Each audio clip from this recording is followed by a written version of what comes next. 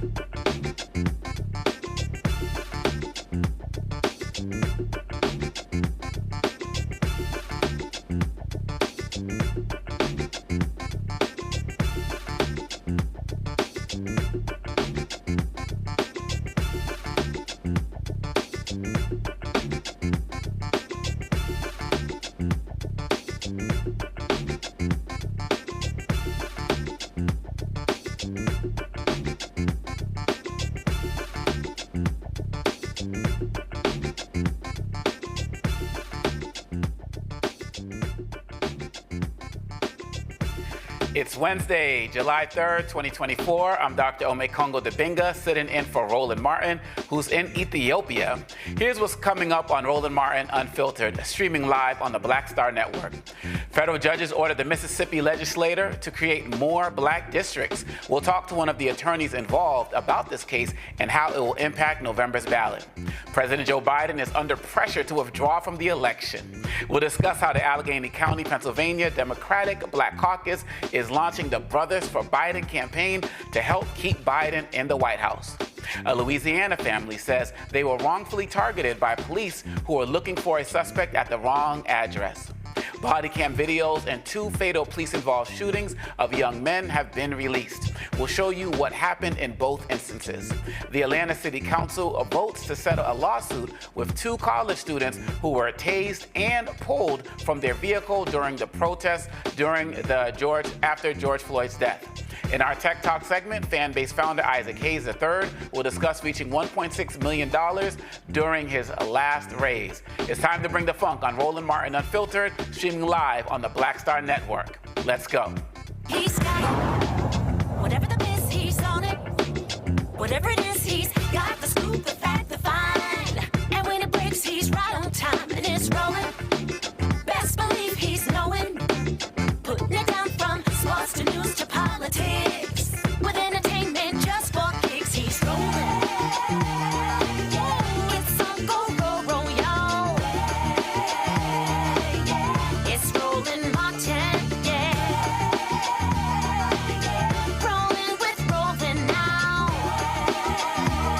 He's funky, he's fresh, he's real, the best, you know he's Roland Martin now.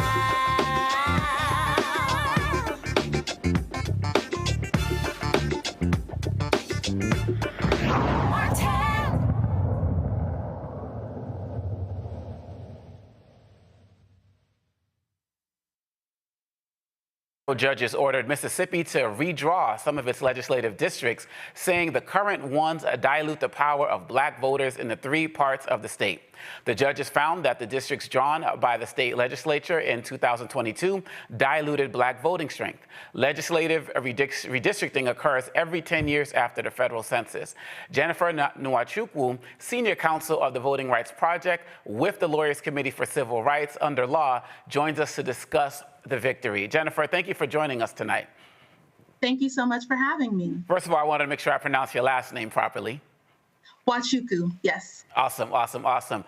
Can you talk about, just off the jump, the significance of this ruling, particularly when we're dealing with so many other issues relating to voting and access across the country? What does this mean where you are? This is a major victory for Black folks. It's a major victory for specifically for Black Mississippians. There has been a lot of, cases that have come down recently that I think, have folks concerned about what is to come in the future. And it's great that we have a bit of a silver lining here with this case and the decision that the court made in recognizing that the state legislative maps in Mississippi did dilute a number of Black Mississippians' votes. Now, as great a victory as this is, I get concerned, particularly we're in July now, getting closer to the election.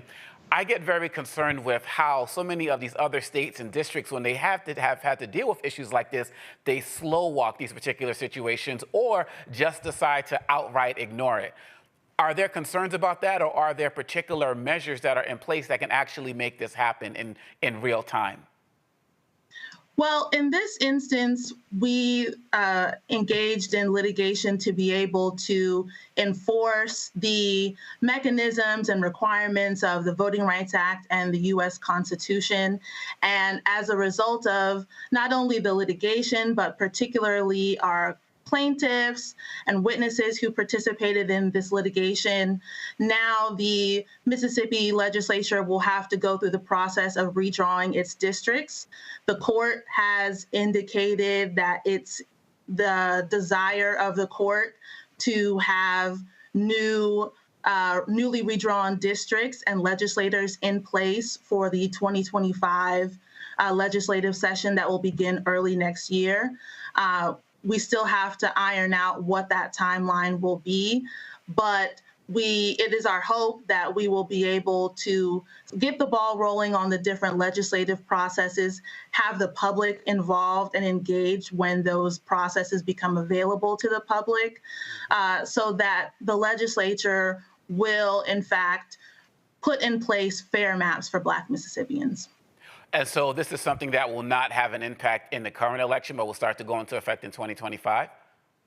It will have an effect starting in 2025, but it is our hope that with this victory and with this announcement from the court, that it will really galvanize support among community members to be encouraged and, most importantly, to be engaged going into November's general election.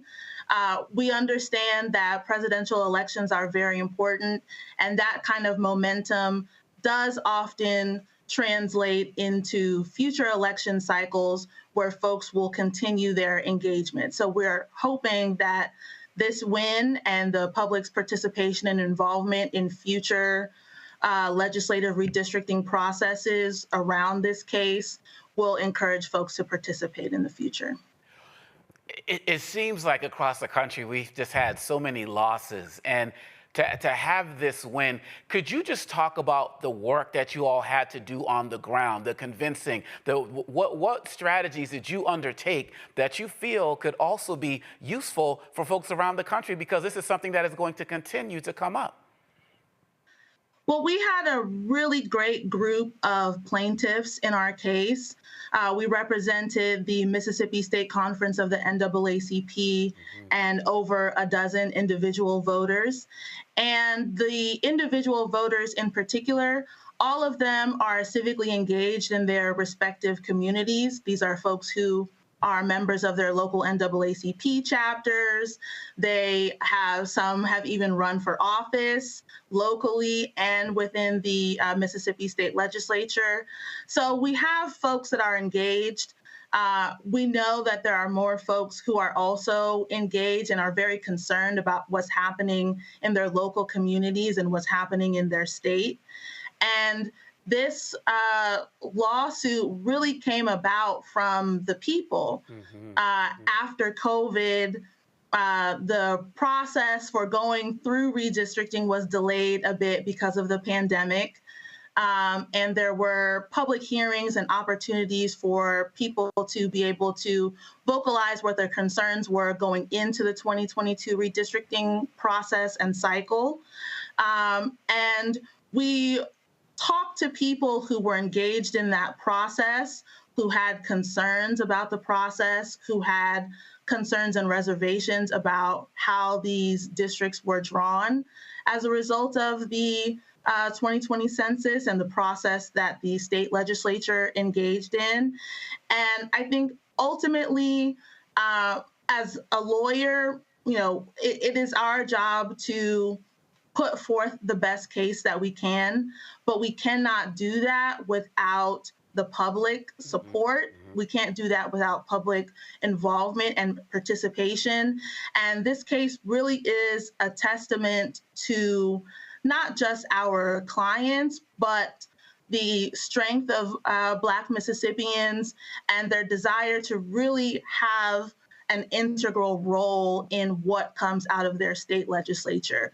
Over the course of the case, we learned about, and the court learned in particular, about a number of issues that affect Black voters all across the state. And as we move forward, it is our hope that once these boundaries for the districts that we have been successful in challenging are redrawn, that Black voters in those areas will be able to elect the candidates of their choice who are attuned to the needs of Black community members and will advocate for those needs and issues in the state legislature. Could you talk to us a little bit about what it looks like now versus what's going to happen after this the redrawing takes place? I mean, what are the real challenges that you're dealing with right now that this win is going to change? That's what's really happening on the ground in Mississippi that this is affecting. Absolutely. So as I mentioned before, the court heard a lot of testimony from a very wide age range of folks in Mississippi. And our plaintiffs and witnesses were very consistent on issues such as education, access to hospitals, infrastructure projects for their communities in order to improve the economic base in those areas. So those are just a few of the issues that matter to Black voters. Medicare was something that came up very consistently throughout the testimony that was provided to the court. So we know that this is just a small handful of issues that matter to Black voters in Mississippi. And again, as this process kind of unfolds with the legislature, the goal and the hope is that the legislature will follow the heed and the direction of the court in drawing districts that will give Black voters that opportunity to be able to elect the candidates that they believe will best represent their interests. Absolutely. Well, I have an incredible panel of legal and political experts who also have some questions they want to share. So we're going to take a break and we're going to come right back. I'll introduce the panel and they will share their questions with you as well. We'll be right back on the Roland Martin Unfiltered on the Black Star Network. Coming soon to the Black Star Network. I still have my NFL contract in my house, having a case. It's 4 of them, for my 4-year contract. I got a $600,000 signing bonus. My base salary for that first year was $150,000. Matter of fact, $150,000. $150,000. That's what I made, $150,000. Now think about it. My signing bonus was a forgivable loan, supposedly. When I got traded to the Colts, they made me pay back my signing bonus to them. I had to give them their $600,000 back. Wow. Yeah, I was so pissed. Because, I try to be a man of my word. I'm like, you, I'll give you your money back. Even though I know I earned that money, right. I gave them their money back. I gave them $600,000 back. But yet, I was this malcontent. I was a bad guy. I'm about the money. It wasn't about the money. It was about doing right. Because I looked at, because you look at contract. Look at John Edwards. John Edwards was making $1 million, $800,000. I was making $150,000. I was doing everything. And I'm like, but yet I was, I got so many letters, I just play for free and all that kind of stuff. I mean, you don't forget that kind of stuff. Right. That stuff is hurtful.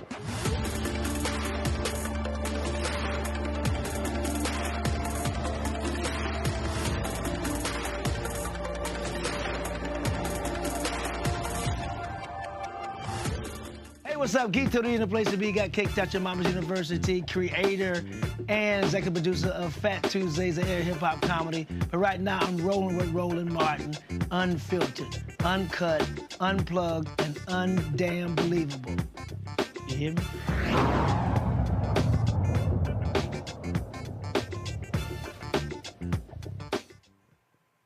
All right, I would like to introduce my panel now. I have Robert Patillo, host of People's Passion Politics, News and Talk, 1380 AM, WAOK in Atlanta, Georgia. I have Rebecca Carruthers, Vice President of Fair Election Center in Washington, D.C., and A. Scott Bolden, News Nation political contributor and former chairman of the National Bar Association and D.C. Chamber of Commerce's PAC, also in Washington, D.C. Scott, I'll start with you. Yeah, thank you very much. Counsel, these cases, once they're sent back, take quite a while to make their way back to that federal district court or court of appeals that struck down the reapportionment piece. Can you talk about or walk us through what happens next vis-a-vis the state legislature? I know they have to do it again, but how does it get back to the federal district court or the federal circuit court to be approved? Or I guess the better question is, does it have to go back to the federal circuit or federal district court in Mississippi to get approved ultimately? Yes, so the process will be, and as I mentioned earlier in the segment, we still have to work through what that specific timeline will be. We have advocated for a more expedited timeline, and the court has indicated a desire to have that type of expedited timeline, but that still has yet to be determined. But what happens next is that once that timeline has been set, the Mississippi Legislature will have to go back into session to redraw the districts that the court has determined violate the Voting Rights Act, and specifically Section 2 of the Voting Rights Act. And the legislature gets the first bite at the apple. So what that means is that the legislature will have the opportunity to follow the directions of the court and to do what it has now been tasked to do, which is to draw 3 new Black majority districts. There, of course, will have to be some changes and tweaks and modifications to the districts surrounding them in order to comply with the court's order. But again, the legislature will have that first opportunity to do so. The decision also indicates and requires of the parties in the case to have ready and submit remedial maps as well in the event that the legislature does not engage in the process that the court has asked it to do.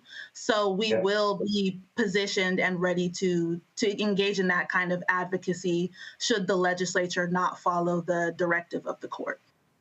But ultimately, the court, the federal court or the federal circuit has to approve this in order for it to be implemented. Whatever they approve, it's not up to the legislature, right? Yes, that is correct. Again, the court wants to make sure that this new map that gets put into place is one that is in compliance with the Voting Rights Act. Again, the court has indicated a desire for this process to move quickly. And so it is our hope that once the legislature engages in the process that it has now been tasked with, that the court will, move in that same speed that it has indicated and asked for in approving the map. But of course, we want to make sure that it is a map that does what it is supposed to do. Rebecca, your question.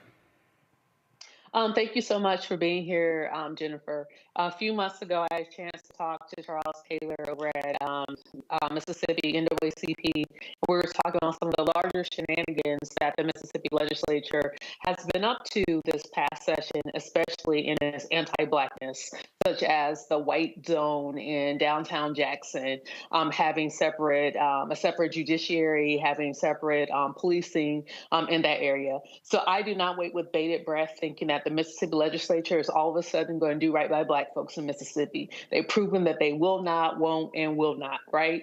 So my question is, do you all anticipate that Governor Tate Reeves is going to pursue this to the Supreme Court, especially in light with what we saw with the South Carolina case? Well, we haven't gotten any indication one way or the other whether that will be the case. It would be our hope that given the decision of the court, this is a 119-page opinion that is very clear in our view in the decision-making of the court, the evidence and the facts that the plaintiffs put on in this case that support the court's decision. And so it would be our hope that there is not any appeal given the extensive amount of effort that the court engaged in to indicate why it made the decision that it made. So at this stage, it is very early because the opinion was issued yesterday by the court. But again, we don't have any indication one way or the other whether the governor will want to appeal this litigation. Robert? Thank you for all the work that you do, and particularly all the work that the Lawyers Committee does also. For years, while I was with the Rainbow Post Coalition, we were always hand in hand with the Lawyers Committee, fighting many of these battles. We're living in a post-Shelby v. Holder world, but Project 2025 has made it clear that they want to put the final death knell, not just in the Voting Rights Act of 1965, but in the Civil Rights Act of 64, fair housing, public accommodation, etc. Can you kind of explain to people who might not understand what it will mean if they fully get rid of the Voting Rights Act of 1965, particularly when it comes to situations such as what's going on in Mississippi? Yes, and this is a very important question because, as you mentioned, many of the kind of foundational and fundamental pieces of the Voting Rights Act have been struck down by the courts. And without particularly in this instance now that Section 5 has been weakened, as you mentioned, by Shelby versus Holder, and no longer having any type of coverage formula in place for any type of preclearance to occur. If we were to lose Section 2 of the Voting Rights Act, which is, kind of one of the remaining pieces left of the Voting Rights Act, it will make it very difficult to be able to challenge discrimination that happens in the future. The Voting Rights Act and Section 2 in particular is designed and intended to address discrimination against particularly minority voters in the political process and how it affects the ability for those minority communities to be able to elect the candidates of their choice. So without having that kind of federal legislation in place, and in light of the Alexander versus South Carolina case that addresses racial gerrymandering claims under the U.S. Constitution, it really would really weaken the ability for any type of forward movement in the courts in terms of making sure that jurisdictions do not discriminate against Black voters or other voters of color in the processes of voting, and redistricting is one of those processes. And if that were to occur, it will require a lot of grassroots advocacy and effort in order to be able to elect candidates that will best meet the needs of Black voters in the future. Jennifer, one of the questions I'm wondering is that, again, as I talked about in the first segment, the need to celebrate these victories. If there are people who are watching tonight and have heard our questions and your incredible answers to these questions and really want to get started where they are, what are some of the beginning steps for people who are starting to anticipate what's already going on in their states or already dealing with what's been right in front of them by these activists, minded governments and mayors and other people who want to take away our ability to vote and have proper representation? Absolutely. So I think one of the most important things is for folks to really be able to get engaged. As I mentioned earlier, one of the highlights of this case is that the court really was able to learn about the issues that matter to Black voters. And civic engagement and participation is incredibly important. It's the way that we are able to advocate for the issues that matter to us as a community. And it also gives us an opportunity to hold our elected officials accountable. So we would certainly encourage folks to get engaged in their. We would encourage folks to engage in their local communities. There are state coalitions virtually in every state that are engaging in various kinds of advocacy, whether it's policy advocacy at the state capitol, it may be at the local level, but we really, really would encourage folks to participate. Of course, we would encourage folks to vote. It's very important to have a plan to vote.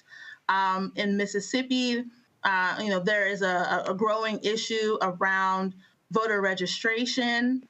And as we are going forward into the November 2024 election cycle, we would strongly encourage voters folks all across the country to make sure that they are registered to vote. If they are registered to vote, make sure their registration is updated so that they are not or have already been removed from the voting rolls or would not be an inactive voter. We would certainly encourage you to have a plan when you go vote, engage in research, but also make sure that you have transportation and all of the logistical pieces in place in order for you to be able to cast your ballot and have it count. Of course, the Lawyers Committee is the National Election Protection Coalition lead, and we operate along with our coalition partners the National Election Protection Hotline. So we certainly would encourage folks to call the hotline at 866-OUR-VOTE with any questions or concerns that you have about your participation in the voting process. No question is too small. Even if your question is, am I registered to vote, or where do I need to go vote? There are live volunteers who will be able to answer your questions. And we want to make sure that voters have that education about, again, not just who is running, but also the logistics, because there are a lot of rules when it comes to how to be able to vote. And so the Election Protection Coalition and the volunteers that work with the hotline are prepared and ready to answer folks' questions about the process of voting. Yes, 866-OUR-VOTE. Jennifer Nwachukwu, thank you so much for all of the work that you and all of your colleagues are doing, and we wish you continued success. Please keep us posted. Will do. Thank you so much for your time. I appreciate it. All right. This is Roland Martin, Unfiltered on the Black Star Network, and we will be right back. Hatred on the streets, a horrific scene, a white nationalist rally that descended into deadly violence. White people are losing their damn minds. An angry pro-Trump mob storms the U.S. Capitol. We're about to see the rise of what I call white minority resistance.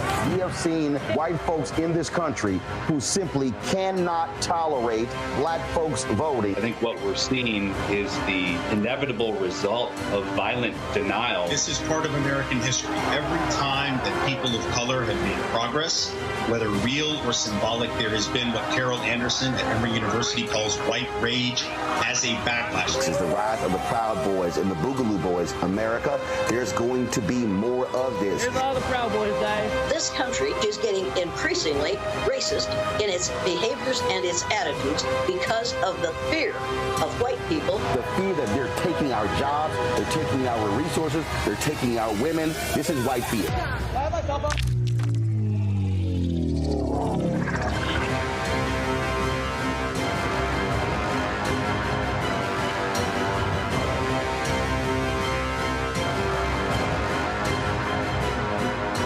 When you talk about blackness and what happens in black culture, we're about covering these things that matter to us, speaking to our issues and concerns. This is a genuine people-powered movement. There's a lot of stuff that we're not getting. You get it, and you spread the word. We wish to plead our own cause.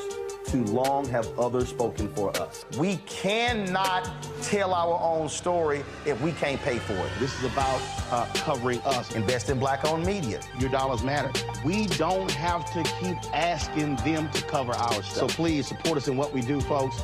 We want to hit 2,000 people, $50 this month, raise $100,000. We're behind 100,000, so we want to hit that. Y'all money makes this possible. Checks and money orders go to P.O. Box 57196, Washington, D.C. 20037-0196. The Cash App is $RM Unfiltered. PayPal is R Martin Unfiltered. Venmo is RM Unfiltered. Zelle is Roland@RolandSMartin.com. On the next Get Wealthy with me, Deborah Owens, America's Wealth Coach, you see the headlines. All frightening, right? Interest rates are going up. The recession is on the way. The stock market is up and down. But you know what they say. Scared money don't make money.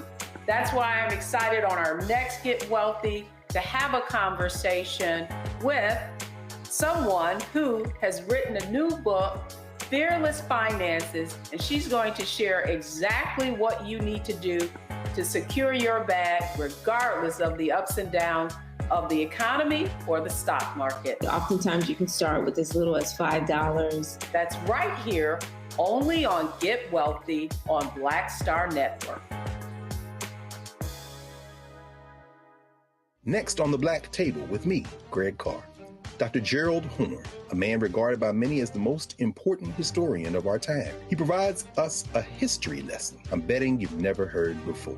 Texas enslavers who planned to continue the conflict even after Appomattox, even after the formal surrender of Robert E. Lee. Dr. Horne talks about his new book, The Counter-Revolution of 1836, Texas, Slavery, and Jim Crow, and the Roots of U.S. Fascism. You do not want to miss this conversation. Only on the Black Table, right here on the Black Star Network.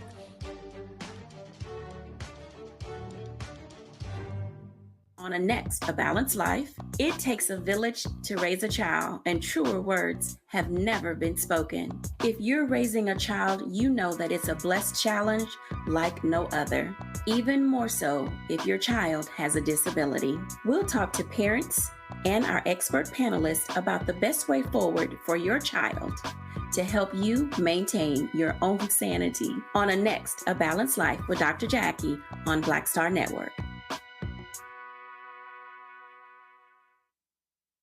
Coming soon to the Black Star Network. I still have my NFL contract in my house, having a case. It's 4 of them, for my 4-year contract. I got a $600,000 signing bonus. My base salary for that first year was $150,000.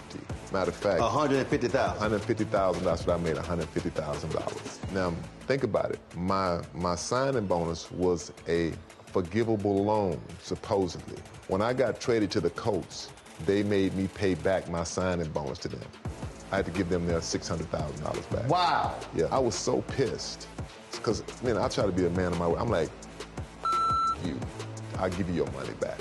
Even though I know I earned that money, I gave them money back. I gave them $600,000 back. But yet, I was this malcontent. I was a bad guy. I'm about the money. It wasn't about the money. It was about doing right. Because I looked at, because you look at contract. Look at John Elway. John Elway was making $1 million, $800,000. I was making $150,000. I was doing everything. And I'm like, but yet I was, I got so many letters, so I just play for free and all that kind of stuff. You don't forget that kind of stuff. Right. That stuff is hurtful.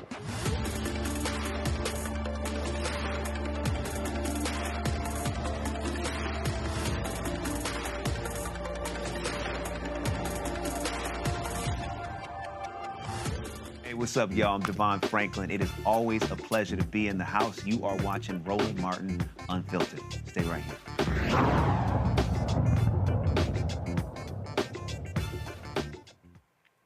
Since the presidential debate, panic about Joe Biden's ability to win has been in overdrive. While some have voiced their opinions about Biden withdrawing from the race, many are supporting the president and stepping up to ensure his continued presence in the White House. The Allegheny County Democratic Black Caucus has launched Brothas For Biden. I just love that. William Anderson, the organization's chair, joins us to discuss how they are helping keep Biden in the White House. Bro, yeah, I woke up this morning and people are still talking about this debate and him stepping out as if it was Friday morning after last week's debate. Can you talk about what you all have seen up in Allegheny County that has led you all to decide to launch this organization and campaign process? Well, I just, first let me thank you for having me on. So I just think that it's time that, African-American men across this country paint their own narrative, right? And make decisions for ourselves on who is best for us and what direction we believe this country needs to go. And we launched, Brothas For Biden, and we're starting in Allegheny County, but, this is a nationwide push to make them understand that we're not falling for the foolery. Right. And when people question me and about the debate and other things, I say to them, go look in the mirror, go in the bathroom, look in the mirror. And if you see a perfect person in the mirror that has no flaws, that their children are doing 100% perfect, everything, that they've never made a mistake in their lives, then that's the person that you need to vote for, and that you need to, get people to vote for. So we're not falling for the foolery. We're not falling for the you gave us, one little check and put your name on it, and we believe that it came from you, and that's going to make us flush the lives of our children and the future of this country, down the toilet based on any one, action where there are years of proof of support for our community. So. Mm-hmm. Most definitely. And one of the reasons I'm so glad that you started this is because it seems like every election, people go into this conversation about how black men aren't supporting whoever the candidate is, whether it's Obama, whether it's Biden, whatever, and black men are going to do this, black men are going to do that. When Roland Martin says consistently on this show that black women are the #1 Democratic voting bloc and black men are number 2, not like number 5, 6, 7, or 8. So is that part of your frustration as well? Like even outside of what people are talking about with Biden and Trump, this idea that black men are just going to sabotage every election? Right. I mean, like, what haven't we been blamed for the downfall of anything in this country? And that's the purpose of this, so that we as black men around the country are able to say to the country and to the world that, no, this is not true. This is not the narrative. There are a lot of, positive, African-American men that are supporting this president and that are not going to be fooled by the foolery. We're not going for any gains. We're not going backwards. We're not having our rights further, taken away. Right. I'm a grandfather. Right. I have a 6-year-old granddaughter. I have a 5-month-old grandson. So I am concerned about the rights of my daughters. I have a 20-year-old that goes to Hampton University. So these are colleges, these are investments that have been made to make their lives easier. And my life as an African-American male, easier also, because I'm also a small business owner and I'm from the hood, right? I still live in the hood. I still operate my business in the hood. I talk to brothers in the hood all day long as I walk around with my Biden hair shirt on, people in the community, because I am approachable and I am available. So any questions that you have, any concerns, you bring it to me. That's what we're saying about, African-American men. We're painting our own picture. We're tired of people telling us, 1, what we need to do, and then 2, the way we need to do it, and then 3, what we're going to do. Mm-hmm. So if you know all of that, then where does our involvement come in? So that's why we're letting people know that across the board, as I'm the chief of staff for the Democratic National Committee of Black Caucus. I'm our chair, Virgie Rollins, who is the Black Caucus chair from Detroit, Michigan, is intent and intentional on making sure that African American men are represented in this, not only in this party, but in this country at all levels, and that our voice is able to be expressed. So this is a national launch with all of our, Democratic National Committee Black Caucuses around the country, because there are, African American men that are involved, and we are positive, and we are making decisions for ourselves. We are no longer allowing outsiders, on either side to tell us what is best for us. We're going to tell you, and we're going to show you by our vote and our turnout that, yes, we're going to make a positive difference and help to keep our country moving forward. And so what are some of the programs, the steps, what are some of the things that Brothas For Biden are actually going to be engaging in to get the word out about your support for Biden? Well, it's going to actually be a continuation of, what we've already been building, and our chair, Virgie Rollins, has already been building at the DNC, right? So we've already started up to this. So this isn't something that is just coming out around election time. We've already been working with constituencies around the country, having, African-American summits around the country in different regions, having regional summits, having a seat at the table, which is an event where we have African-American females do panels and invite people from that area to come and hear and meet, people that they usually don't have connections or have access to. So we're opening up and letting people know we're a big tent party. So we're going to start these up, after our holidays and all that stuff, get through, because, people have a lot to do, during these times. But we're every day on the ground. Every time we talk to someone, we are intentional about getting more people involved. Every time we talk to, African-American men, we have the same mindset. We just don't, have the best communication skills. So we are bridging these gaps, and we are bringing people to the community that are from the community, right? We're not bringing people that have never seen the community, never seen the hood, whether they're Black or an African-American person, right? We are bringing people that are from the community that know what's going on, the jitney drivers, the barber shops, the hair salons, the grocery stores, the senior centers, our summer pools, the picnics, and getting people engaged and getting them to understand that for the most part, it's your local government and your local participation that affects your everyday life. And for the most part, the president is not your problem. If you have a problem in your community, for the most part, these are local elected official offices. So we're going to get people to get engaged, everybody from the garbage man all the way up to the White House, because this is a top up thing that we're dealing with, because the people that are struggling are not at the top.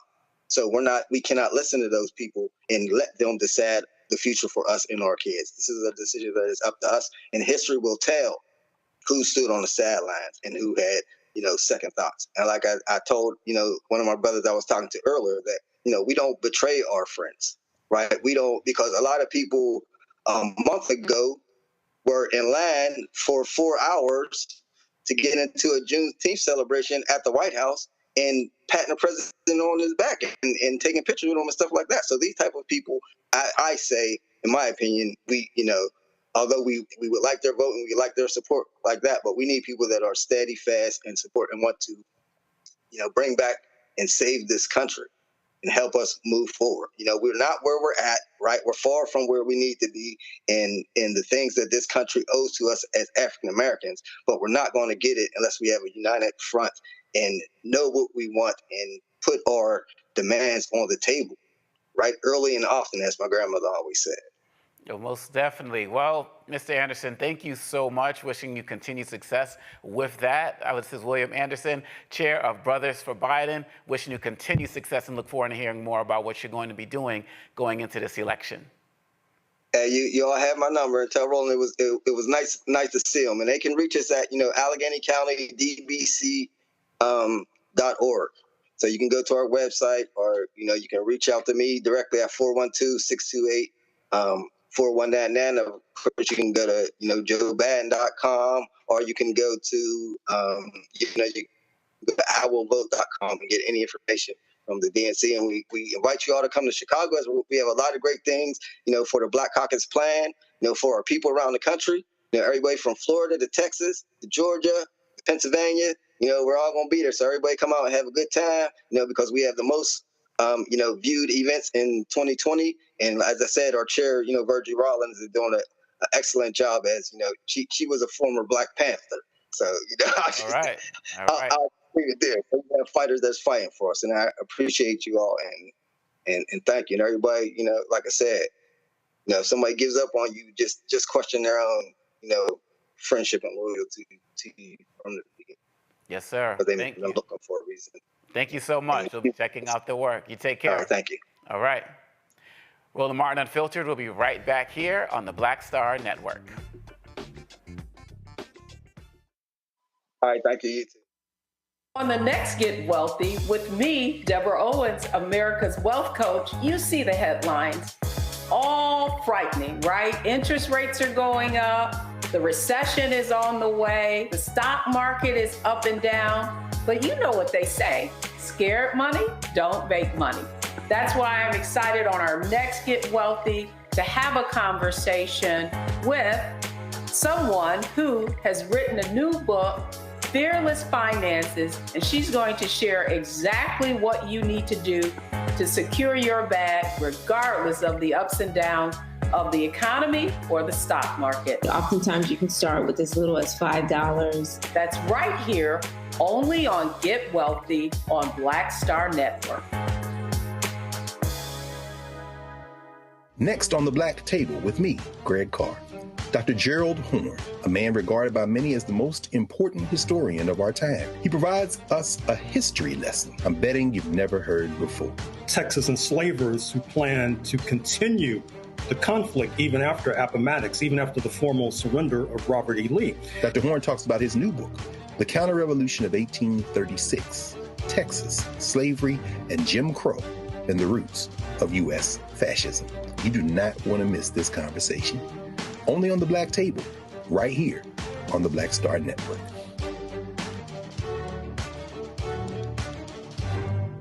Hello, we're the Critter Fixers. I'm Dr. Bernard Hodges. And I'm Dr. Terrence Ferguson. And you're tuned in to Roland Martin Unfiltered.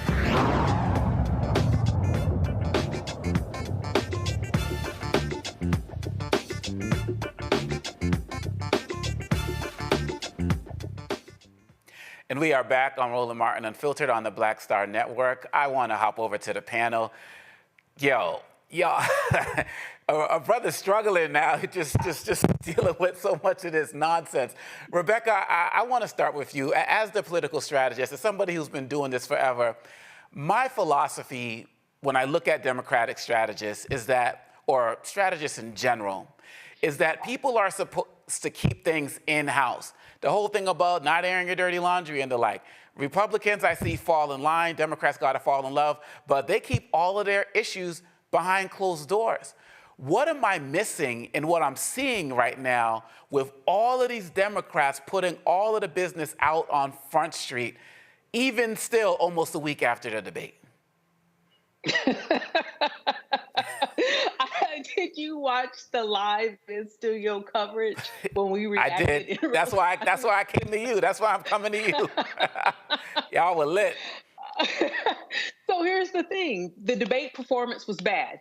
Here's also the other thing. It appears that especially when Biden showed up and showed out the next day, I think in North Carolina, and did a really great job at his campaign events, we have to have the real conversation. And especially Black America, this is the one place where we get to have this conversation. Is Biden going to be in our best interest? We always, for our survival, have to have that conversation. Is Biden showing cognitive decline? Is he sunsetting, meaning that in the evenings, like sometimes when Mama and Papa would go to bed after the evening news, it was because their cognitive decline. They needed to go to bed. They needed to reset and then wake up refreshed the next day. And for some people, that is what we're seeing. Part of the conversation that we started in studio last Thursday night was, can Biden be replaced on the ticket? Now, I know Roland has a difference of opinion, especially from the rest of the folks that were in studio last week. Like, technically, can Biden be replaced? Yes. Is it likely that Biden's going to be replaced on the ticket? It's unlikely, but can it still happen? Absolutely. We just saw Jim Zogby release a memo to the DNC talking about, hey, if Biden is replaced, here's the mechanism for how to do it. And then he leaked it to the New York Times. So we know there is a real conversation that's happening. And we do know that the Joe Biden that we have in 2024 is different than the Joe Biden in 2020. Full stop. I don't think anyone could credibly argue differently. But we also have to talk about the number two is Kamala Harris. We hear people talking about, hey, we need to replace Joe Biden. But it's also rare to hear some of those same people saying, hey, Kamala Harris should replace Joe Biden. Instead, we're seeing those Reuters polls that's highlighting Whitmer, even having Michelle Obama, having a bunch of other people, and then Harris is also included as like one of 8 possibilities. So, is the Democratic Party having a serious conversation about this? Yes. Do I think Black America need to be having this conversation too, because it's going to directly impact us? Absolutely, and we have to find a space to have a real conversation about why isn't the Democratic Party pushing out an alternative to Project 2025? Why isn't the leader of the party actually speaking more to Black specific issues? Like our last guest is an official part of the Democratic Party apparatus talking about Brothas For Biden. Great, but one thing that I wanted to hear him say, hey, here are the 5 Black policy agendas that we're pushing Biden on if he wants our continued support. So I think all of these things must be on the table, especially for Black America. And Robert, you are just coming off of a campaign. How do you assess what's going on as it relates to these public displays of frustration as it relates to Biden? As somebody who was at the top of a campaign, how would you assess what's happening right now? How would you deal with it, number one, if you were Biden? And just two, what's your overall assessment on all of this pressure that's coming towards him? Well, it's appropriate that we're in the month named for Julius Caesar, July, because Biden should be walking around saying, "Et tu, Brutus." This is very much a situation where this appears to be an inside hit job from the from the left wing of the Democratic Party to try to take Biden out before the convention. Very similar to what we saw with LBJ in '68 when they replaced him with Humphrey. The idea that he was polling, I think, around 31% at the time. They believed that because of Vietnam, he could not win re-election, and there was basically a coup inside of the party where they were able to force him out. That is what we're seeing taking place right now. R.E. Emanuel, Rahm Emanuel's brother, just gave a talk, an interview, where he said they are moving their money to congressional and Senate campaigns. You are seeing a consecrated effort to remove a sitting president of the United States by his own party, and you're seeing the complacency and the complicit nature of our press in pushing that forward also. And I do not believe President Biden will step down. I do not believe he will go down without a fight. As a matter of fact, I think we all probably got an email in our inbox from Biden saying he's not stepping down while we were on this show tonight. So this is going to be an ugly fight in Chicago again. Because for some reason, whenever Democrats have a convention in Chicago, some malarkey like this is going to take place, and this is going to be a convention fight, legally speaking. So wait a minute, Robert. You think that even if Biden says right now, I ain't dropping out, Wesley Snipes, if I'm going down, taking a whole lot of people with me, like, you feel like even if he says emphatically right now he's staying in, there's still going to be beef at the convention? Absolutely. These people are not, look, you do not launch a coup against a president of your own party unless you were ready to fight it all the way out. As Omar said in The Wire, if you're going to take a shot at the king, you best not miss. And they do not plan on missing. And we're going to see a convention fight potentially over the Biden nomination. There are at least 3 and potentially 12 states where it may not even be legally possible to remove Biden from the ballot. Not to mention the fact that if you look at Trump, for example, Trump was convicted of 34 felonies a month ago, and we did not see anybody in conservative media calling on him to step out. He was found civilly liable for raping a woman. He's a rapist. According to a judge, no one called for him to drop out of the race. He had a $500 million judgment against him earlier this year for fraud, and nobody called for him to come out of the race. Biden shows up to the debate sleepy, and they're ready to throw granddaddy into a home and take away his keys. So I think we see it's very clear that this is coming from inside of the party, and it's going to be interesting to see who wins this power struggle, because that's very much going to determine not just the future of this election, but the future of the Democratic Party and this republic. And Scott, I'm very interested in your take on this as well, but also I wanted to just add a little bit to this question to you. If you could also add a little bit as it relates to the legal ramifications of what we're looking at post the Supreme Court decision, because so many people are saying we have to, in the Democratic Party has to consolidate around Biden because now we got a guy who can come in and just break all types of laws. So what's your overall take on this, but also adding that legal perspective to it based on what just happened on Monday with the Supreme Court? Well, maybe. I mean, I guess I agree with my colleagues, but, Democratic Party and Biden and the White House have to own this negative narrative against them. I'm a big believer in the but-for test. But for that horrific debate appearance by Biden, we wouldn't even be having this discussion. Man, let's be realistic. He was down by a couple of points before the debate performance. This issue of his mental acuity and age, fair or not, this is politics, right? And 50 million people saw him look old, feeble, and just really unable to counterpunch a coherent liar on the other side. Not so much his age and mental acuity, it's how it manifests itself at 81. And the issue isn't whether he can govern or continue to govern for another 4 years. The issue is, can he win this race one more time? And I don't know whether he can win or not. In 3 or 4 days, the reliable polls are going to come out. If he's down by 6, then it doesn't really look good. We're 4 months out from the organization. I think from the general election. I think these are fair discussions to have, whether he's capable of moving forward successfully, because it's not just Biden and the White House.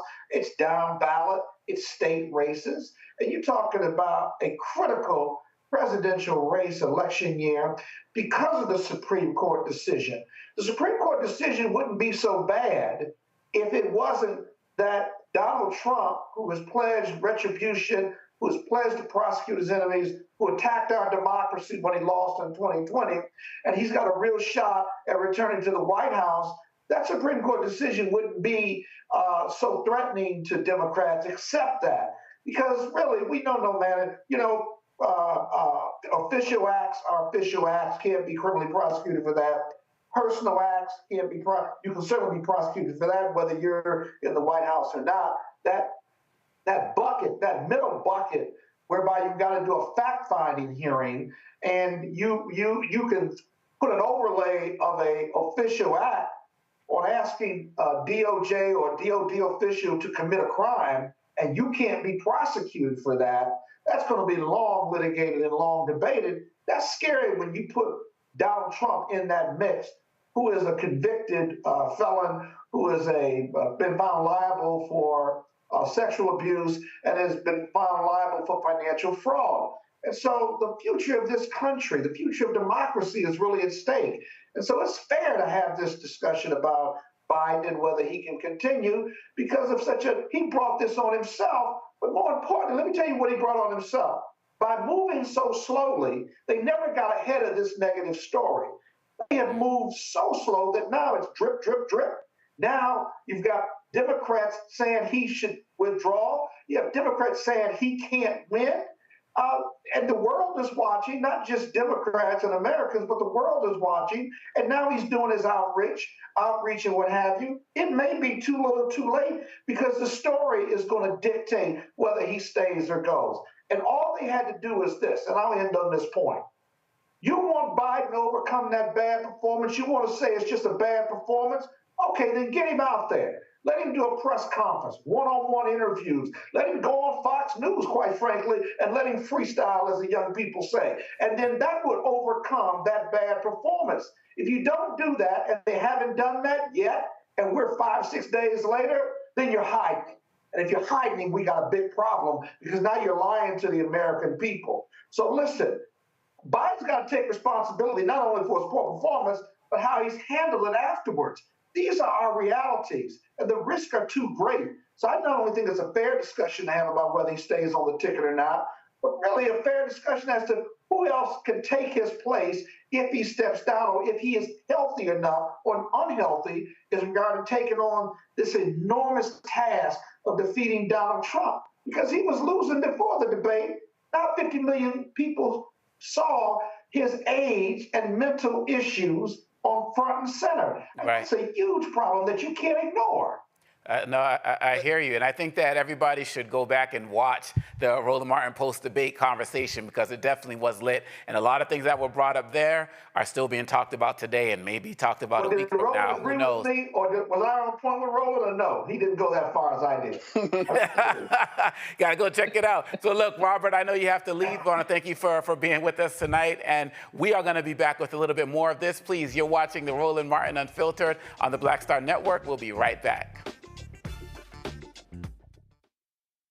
When you talk about blackness and what happens in black culture, we're about covering these things that matter to us, speaking to our issues and concerns. This is a genuine people-powered movement. There's a lot of stuff that we're not getting. You get it, and you spread the word. We wish to plead our own cause.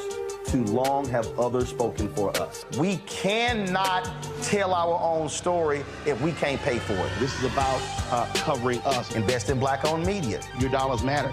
We don't have to keep asking them to cover our stuff. So please support us in what we do, folks. We want to hit 2,000 people, $50 this month, raise $100,000. We're behind 100,000, so we want to hit that. Y'all money makes this possible. Check some money orders. Go to P.O. Box 57196, Washington, D.C. 20037-0196. The Cash App is $RM Unfiltered. PayPal is R Martin Unfiltered. Venmo is RM Unfiltered. Zelle is Roland at RolandSMartin.com. Hello, I'm Paula J. Parker. Truly proud on the Proud Family. I am Tommy Davidson. I play Oscar on Proud Family, Louder and Proud. Hi, I'm Jo Marie Payton, voice of Sugar Mama on Disney's Louder and Prouder, Disney Plus. And I'm with Roland Martin on Unfiltered.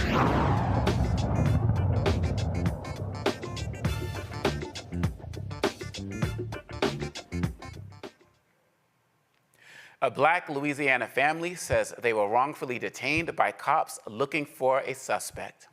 Lafayette police swarmed the Christoph family home on June 29th, looking for someone who did not fit the description or live at the house.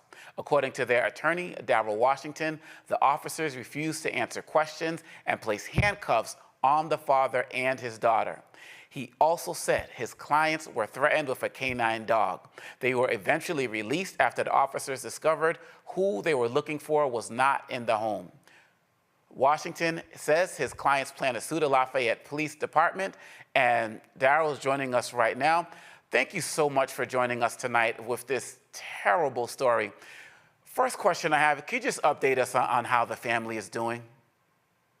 It's the family is traumatized. I'll be honest with you. I cannot minimize it at all because the family know how lucky they are to be alive, because we have seen so many situations where police officers have gone to the wrong home and someone end up dead. So, you know, the family has thought about that their entire time. But I will tell you, man, just for the father, it's just been extra difficult seeing his daughter in handcuffs, seeing his 10-year-old son have to witness all of that, and watching his wife be escorted out of the house with guns pointed at them. So you can imagine as a father knowing that you was in a helpless position, not being able to protect your family. That's something that's really been bothering him really bad. Yes, as a father of three and your two daughters, myself, I and a son as well, I definitely, this just is gut-wrenching on so many levels. How have the police tried to explain this? They haven't, to be quite honest with you. And it's been very disappointing because we've said the entire time we are not very difficult to find. They have not actually issued a statement that I'm aware of, even trying to justify their actions. But here's what we know. The descriptions that they had of the individual that they were searching for did not match Jeremy. The clothing that the person was wearing did not match the clothing that Jeremy was wearing. So they knew this right off. But despite knowing this, as you know, Black people in America just aren't safe. They view us as criminals, unfortunately. And although they knew that Jeremy did not match the description of the person that they were looking for, they felt that they were justified in treating this family in this manner. And because this has been so bad, the Lafayette Police Department has not publicly responded to it. But you and I both know, had there not been video footage of this incident, the narrative of what actually happened would be totally different. Absolutely. Well, one of my concerns is that I feel like even with the police footage, we have seen in so many cases that people have still tried, and police departments have still tried to switch the narratives. Do you feel like this is conclusive enough in what we're seeing, that the evidence is solid enough to really be able to go forward and hold them accountable, particularly since they're not saying anything to you right now? The evidence is very solid. There's no doubt that these officers were made aware that they were not at the proper home. They seized my family, which would be a violation under the 14th Amendment. They had an obligation to talk to the family. They had an obligation to just answer questions. Had they just been courteous to the family, answered some questions, then we wouldn't be here right now today. They just simply refused to do this. The part that was just very difficult to watch was when they actually threatened to release this K9 dog into Jeremy's home and have this dog attack the family. So if they were willing to do that, wow, you know that had Jeremy or anyone in the family just made any type of wrong move, they were just waiting to shoot one of them. And here's something else that we've discovered. This is not an isolated incident. I've been getting calls from individuals from Lafayette, Louisiana, who have been telling me about similar stories. They're telling me how they've been treated by police officers within that city. So the one thing that we are encouraging people to do, talk about this situation. If you have been victimized by somebody from the Lafayette Police Department, let us know, because what we want to do is we want to be able to argue that this is not an isolated incident. This is the custom and practice of the Lafayette Police Department. This is systemic. This is something that's been taking place for quite some time. Individuals have been harmed as a result of the wrongful actions of Lafayette Police Department. I just talked to a family where a young kid, I think 18 months, was killed by a Lafayette police officer when they fired into her home. So there's just been things that I'm learning about this force that is very problematic. And the one thing that we want to do is we want to bring about change. Rebecca, your question for Mr. Washington. Mr. Washington, I was listening to what you were saying about how this police department, or just when we see these instances in general, that they don't really see us. It makes me think that they still think that we're 3/5 human. Because, you know, even in the United States, there was an argument that we're not even full human. It wasn't just that for every 5 Black folks, they only counted 3. They literally said we're only 60% human. And that appears to be how they're still treating us now. And I'm also thinking about Lafayette, because I used to live in Louisiana. And I still remember how Lafayette had segregated proms, if I remember. So it's not just a police department issue, but it is a community issue in Lafayette. And so when Ome Congo was asking what excuse are they using, so I was just like, all right, so are they going to say that they misread the warrant, so they can't read because they didn't match the address? But now it sounds like they're trying to say, oh, well, maybe they're colorblind, or maybe they're blind because the description didn't match the people at the home. So my question for you is, especially with you highlighting that there are other issues going in Lafayette, what should Black families be doing now to protect themselves, understanding that we're going to have to go through a whole process of making this family whole, but then also investigating patterns of other behavior that's coming from this police department? What should Black families be doing right now? First of all, people need to unify whenever there are these type of incidents. There are other individuals who have been victimized by the Lafayette Police Department.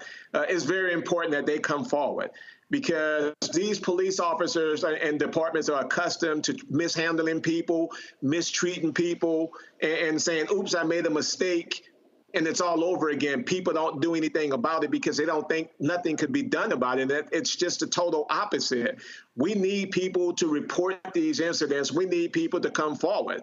Even if you haven't been victimized by the Lafayette Police Department, it is important that you come forward, because the support that you give into someone else is the support that you give into your own home.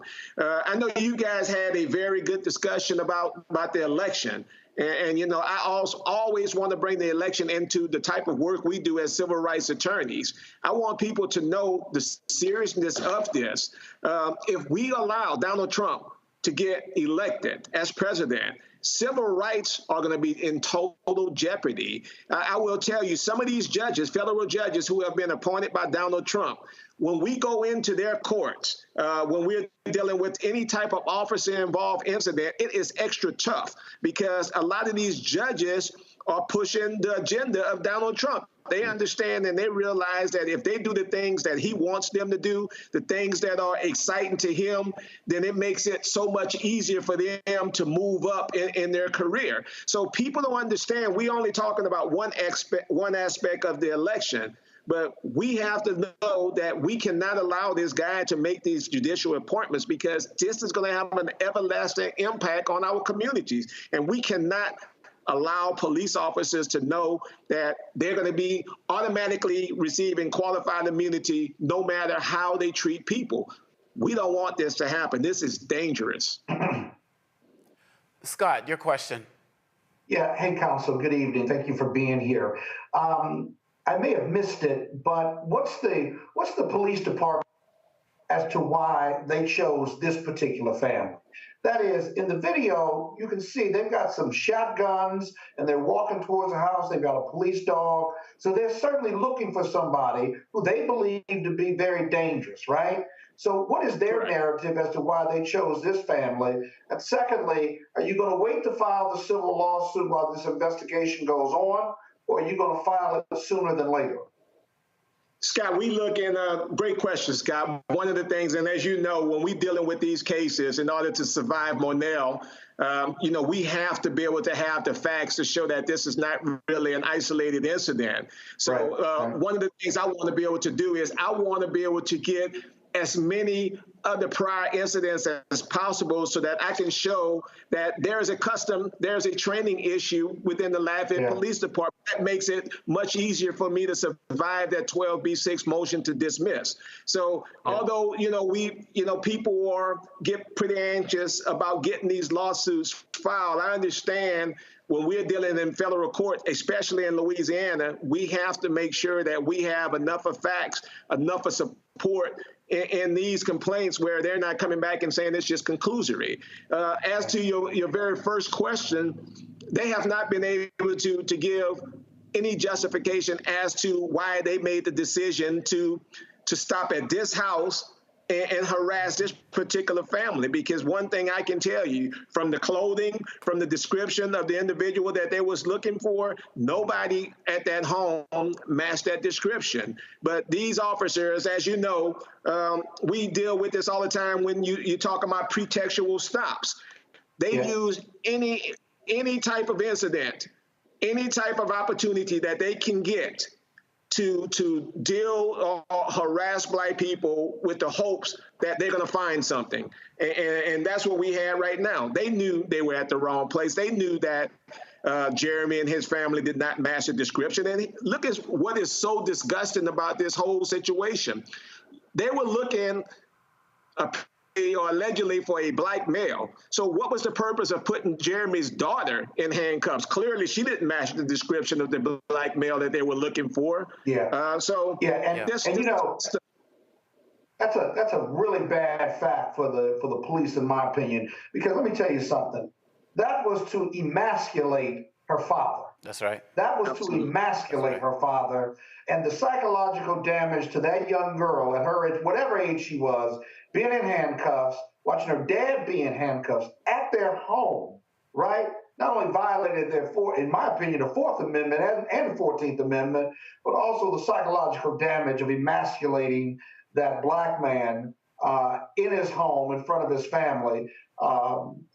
Certainly requires damages, in my opinion. I know you're going to put that together for for the civil suit. I know you got that covered. And Mr. Washington, before you answer that question, I want to just read something that kind of speaks to the challenges within this police department. I'm going back to, and you know about this, February 3rd, 2021, deputy who died by suicide left haunting videos on racist policing division saying that he's had enough. Just really reading real quickly from part of it.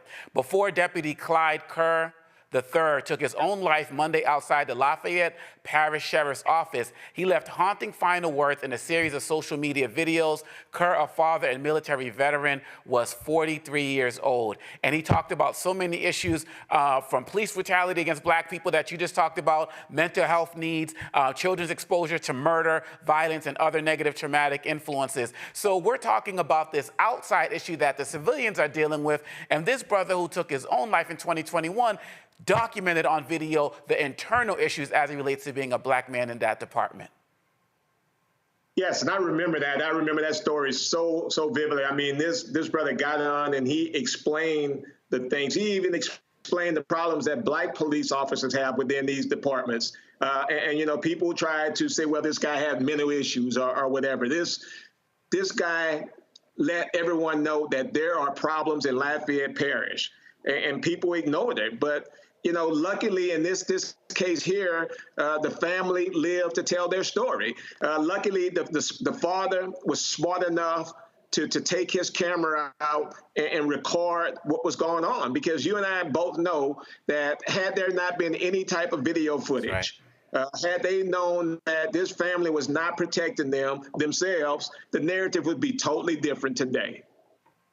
So you are absolutely right. And what do you want us to be doing going forward as it relates to this? This is clearly not a story that's making it on some of these other networks. What is it that you want us to do going forward as it relates to raising awareness about this? Not just us as the Black Star Network, but the viewers as well. Great point. I mean, the thing that we have to do is we have to continue to talk about these stories. And you have to continue to let these be conversations. But I always, and I know Scott's going to relate to this as well, I always tell people in the African-American community, we have an obligation as well to make changes. I can't tell you the number of times that we've prepared 1, 2, 3 years for trial, and we getting into these courtrooms, and we're about to select a jury, and we look out in that jury pool, and there's people who look just like us.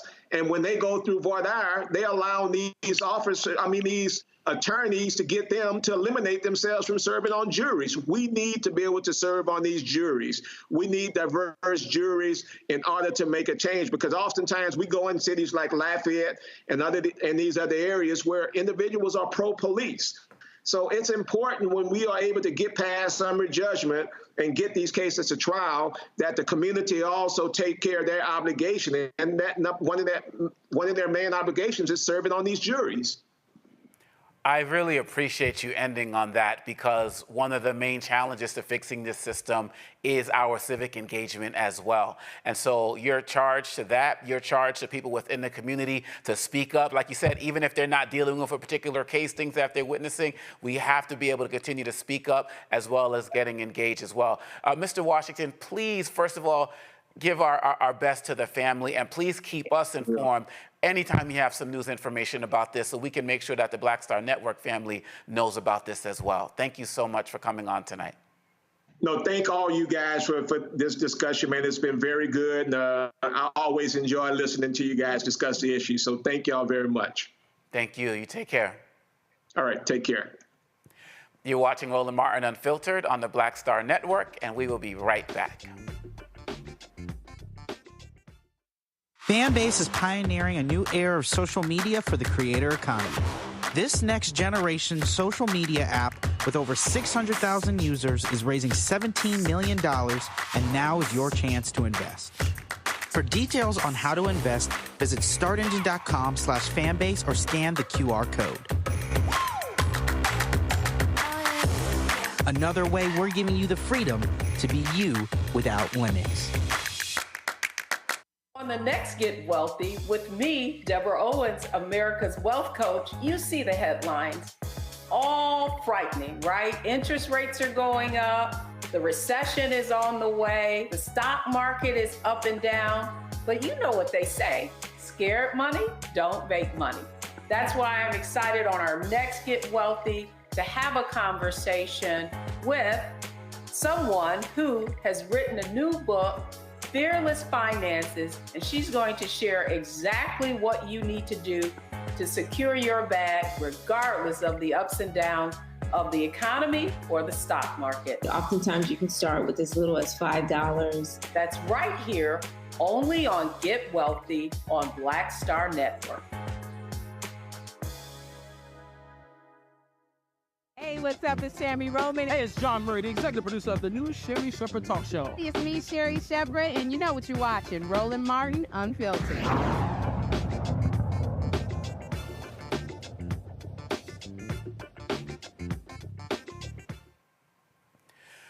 On June 28th, police in upstate New York tackled and then shot a 13-year-old boy to death after he pointed what turned out to be a BB gun at officers during a foot chase.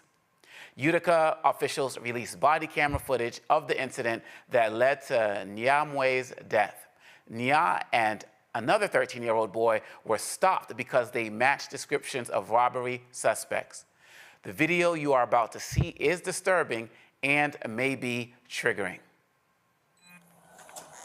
The reason why we're stopping, keep your hands out of your pockets. The reason why we're stopping is you're riding the roadway and you're walking. Oh shit, I forgot about that. What do you mean you forgot about that? Like he was just having fun. Like he was living over there. Yeah.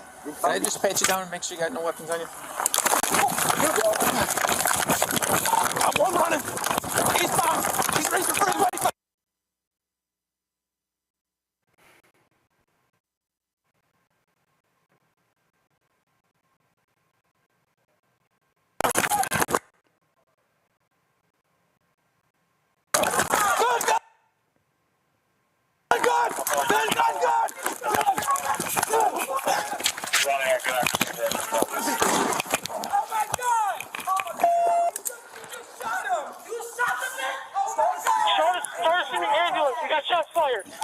What the fuck did he shoot? Back up, back up, back up. It's got shots fired. Got shots fired. Let me see. That's what we got right there. Go right there. Copy the cross street. We need to block those off. Hey, give me a light here. Give me a light here. And 900 block of shot needs to be closed off. You're good, man. Yeah, well, first guy that's blocking the road off. May has been identified as the officer who shot the teen. He and two other officers involved in the chase, Bryce Patterson and Andrew Citrinity, have been placed on paid leave. The Utica Police Department has started an internal investigation, and the New York State Attorney General's office has started its own. Nya and his family moved to Utica 8 years ago after escaping civil unrest in Myanmar and spending time in a refugee camp in Thailand. In Dayton, Ohio, the investigation into the death of 16-year-old Brian Moody continues. Bodycam footage from the June 29th incident shows what happened right up until the officers began shooting.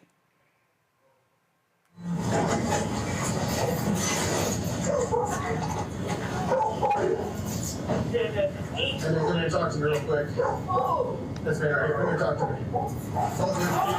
You're getting shot. You're getting shot. Hold on. Sure.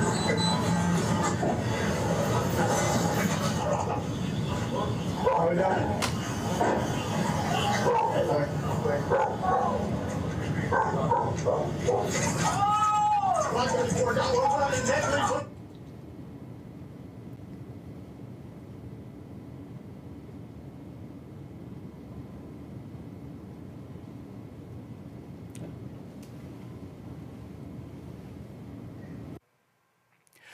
Both officers shot at Moody, firing a total of 8 times. The teen was hit once in the left shoulder and suffered internal injuries.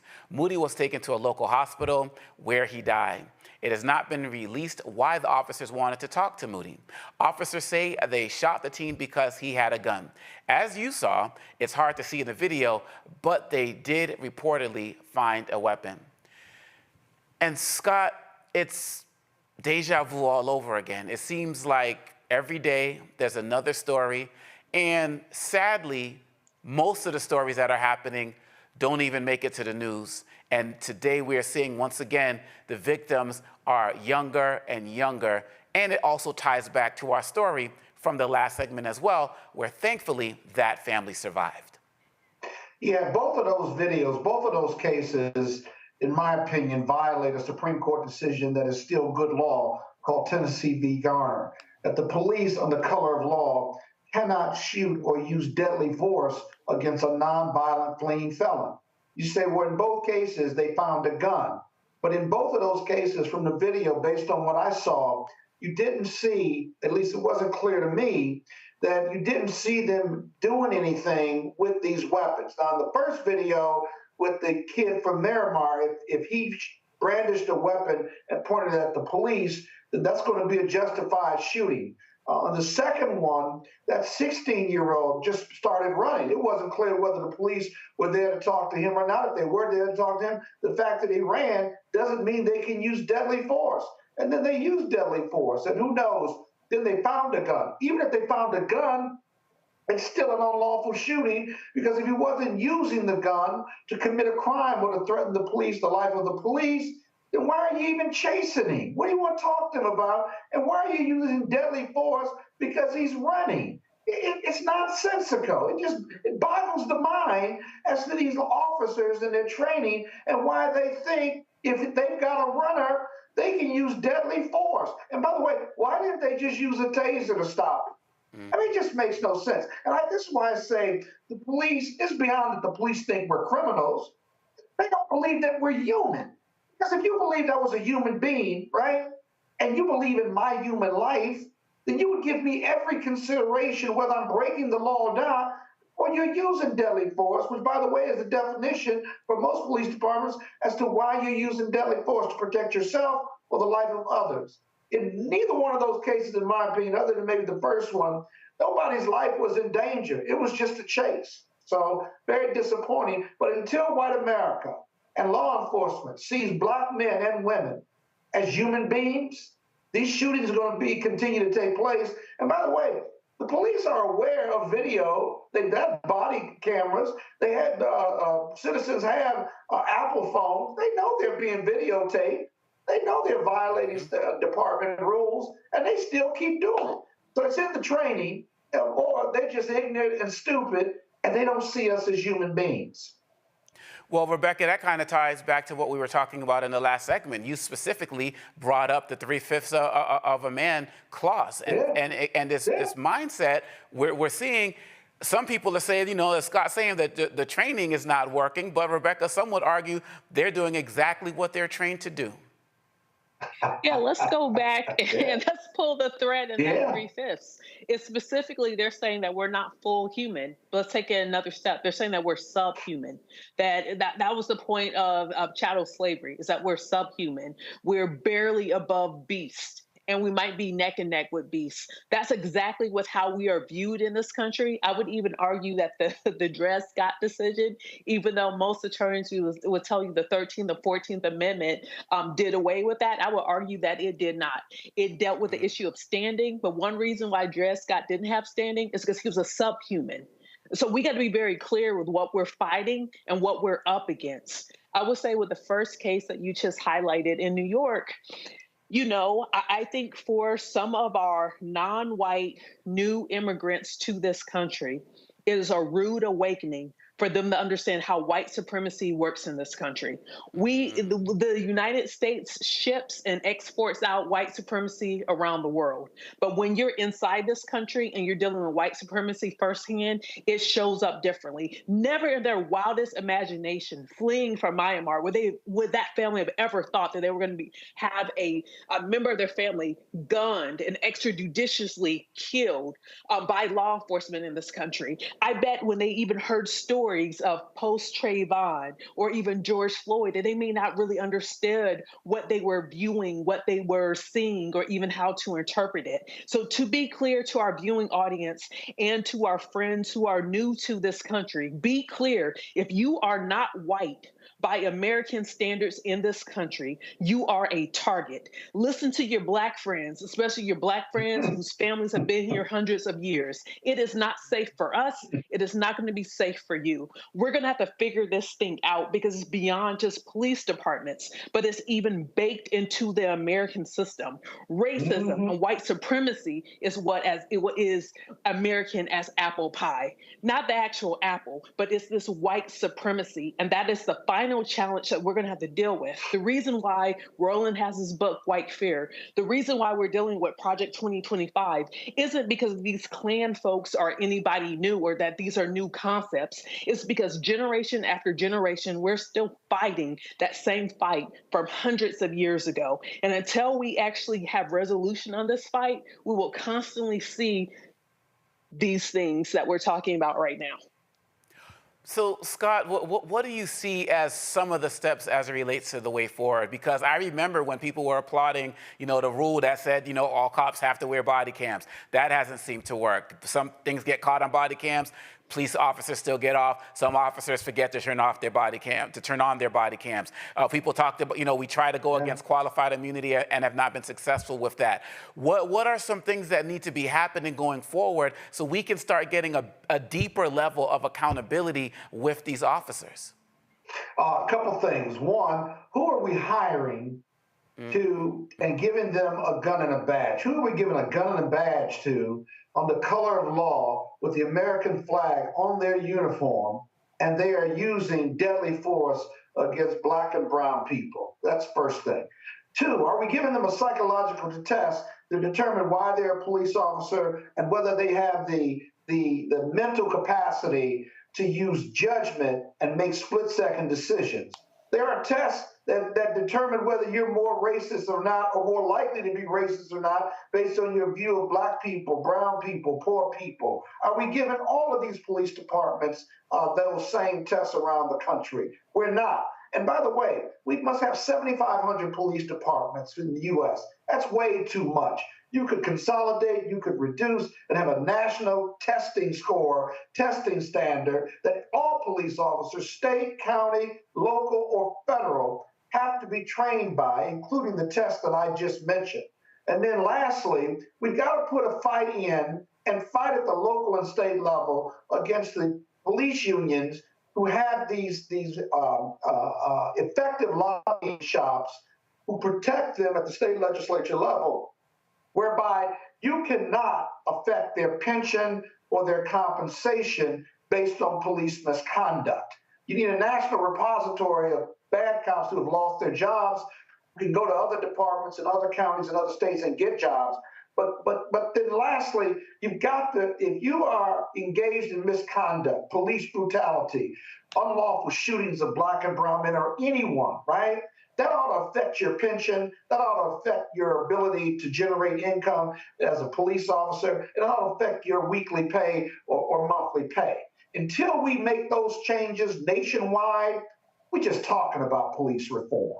Because if you get serious about police reform, then those are the reforms that need to be put in place, because too many Black men and brown men and women are dying.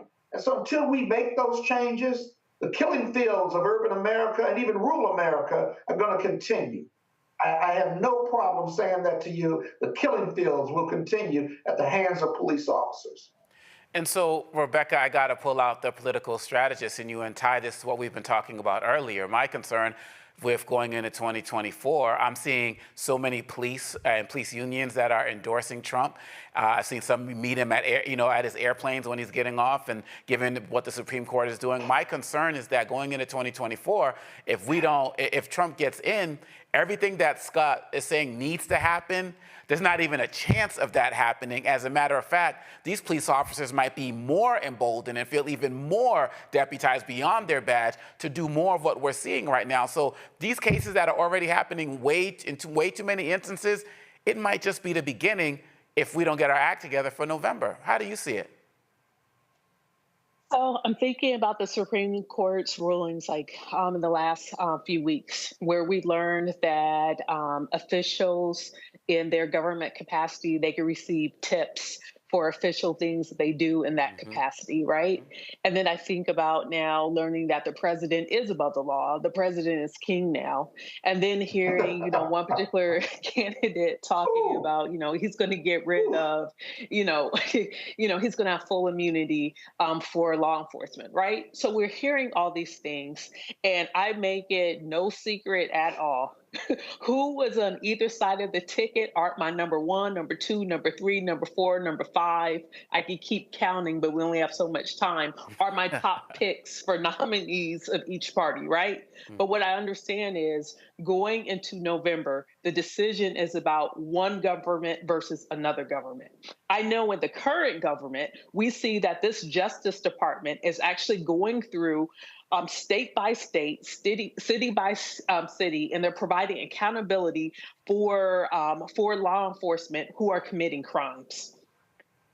Versus under the previous administration, that thing wasn't happening.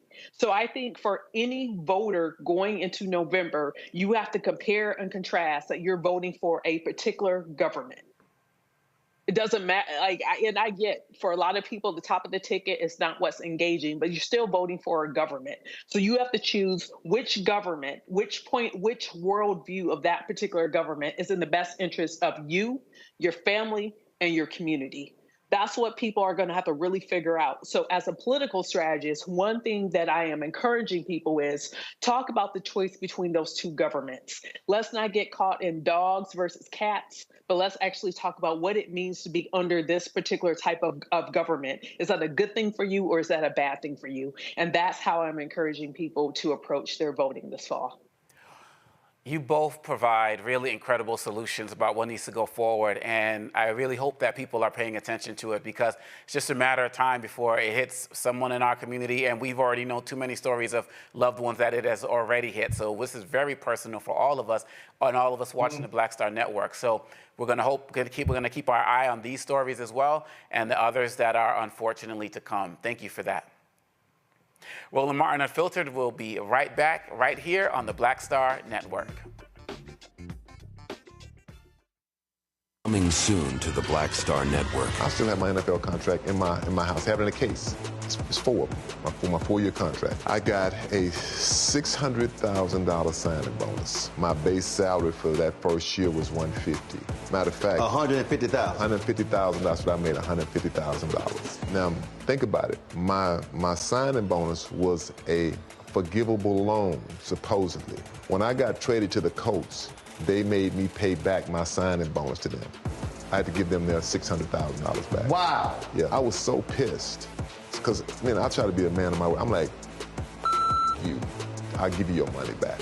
Even though I know I earned that money, I gave them that money back. I gave them $600,000 back. But yet, I was this malcontent. I was a bad guy. I'm about the money. It wasn't about the money. It was about doing right. Because I looked at, because you look at contract.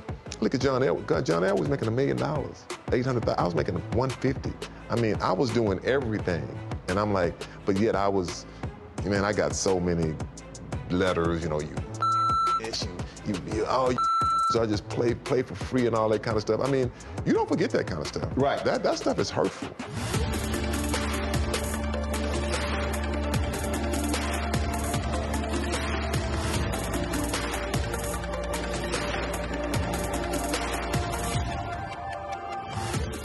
Bruce Smith, creator and executive producer of The Proud Family, Louder and Prouder, and you're watching Roland Martin Unfiltered.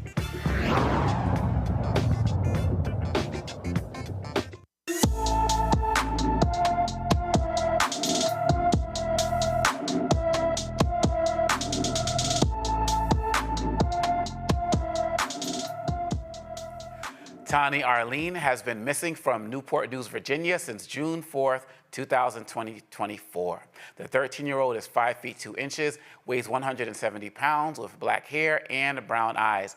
Anyone with information about Tani Arlene should call the Newport News, Virginia Police Department at 757-247-2500. A former D.C. corrections officer will spend more than 3 years behind bars for assaulting a handcuffed inmate in 2019. 28-year-old Marcus Bias pleaded guilty in March to violently ramming an inmate's head into a metal door frame while the victim had his hands behind his back. U.S. Attorney for D.C. Matthew M. Graves said Bias neglected his responsibility as an officer when he assaulted the restrained inmate who was suffering from the effects of pepper spray and was surrounded by 5 other officers and was not resisting. After Bias served 42 months in prison, he'll be on supervised release for 24 months. Scott, is this not deja vu all over again? Well, I was just listening to your piece and I was thinking, why? Why?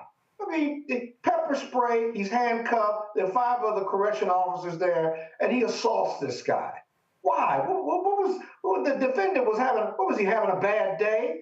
Well, again, you don't have to be white to not believe that defendants, right, or arrestees aren't human, because environmentally, you can be taught that job. You know, this isn't a black or white issue when it comes to law enforcement. It's a training issue. It's a mentality.